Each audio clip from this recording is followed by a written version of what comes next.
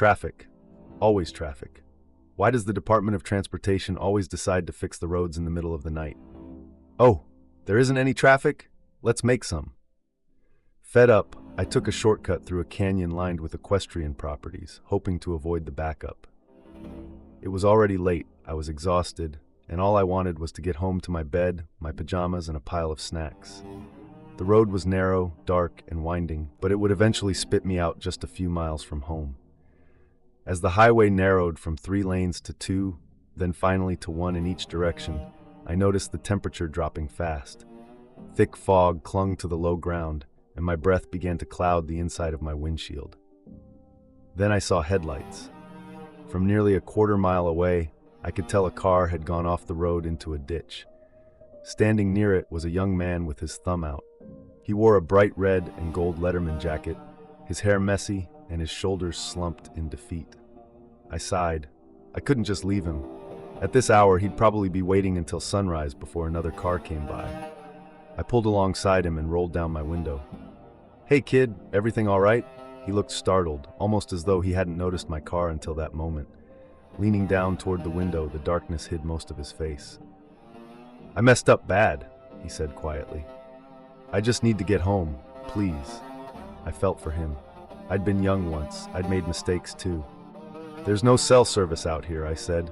"I can get to the other end of the canyon and call your parents. They can bring a tow truck and—" "No," he interrupted, almost pleading. "Please, I'm already so late. I just want to go home." Something about the way he said it tugged at me.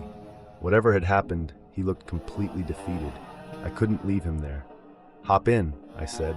"I'll take you home. Your dad might be mad, but it'll all work itself out." Instead of climbing into the passenger seat, he quietly opened the rear door and slid into the back. It struck me as odd, but I didn't think much of it. The drive was quiet as I carefully navigated the twisting canyon road. Eventually, I asked where he lived. As it turned out, his house was only a few blocks beyond the canyon exit. A few minutes later, I caught movement in the rearview mirror. He slowly slipped off his Letterman jacket. The heater had warmed the car more than I liked, so I figured he was just getting comfortable. He stared silently into his hands. Neither of us spoke for the rest of the drive. Oddly enough, the silence wasn't uncomfortable. It felt like he was trying to gather himself before facing his parents. As we turned onto his street, he finally spoke. "I'm so late getting home, I hate worrying them." After a pause, he added softly, "Thanks for the ride." I pulled up in front of the address he'd given me. A light still glowed in the front window. "Everything's gonna be all right," I said.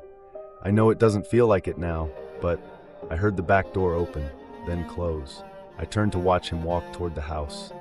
But no one was there, not beside the car, not on the sidewalk, not walking up the front path. The street was completely empty. My heart skipped. There was no way he could have disappeared that quickly. Confused, I glanced into the back seat. His Letterman jacket lay folded where he'd been sitting. I looked toward the house and saw movement behind the front window.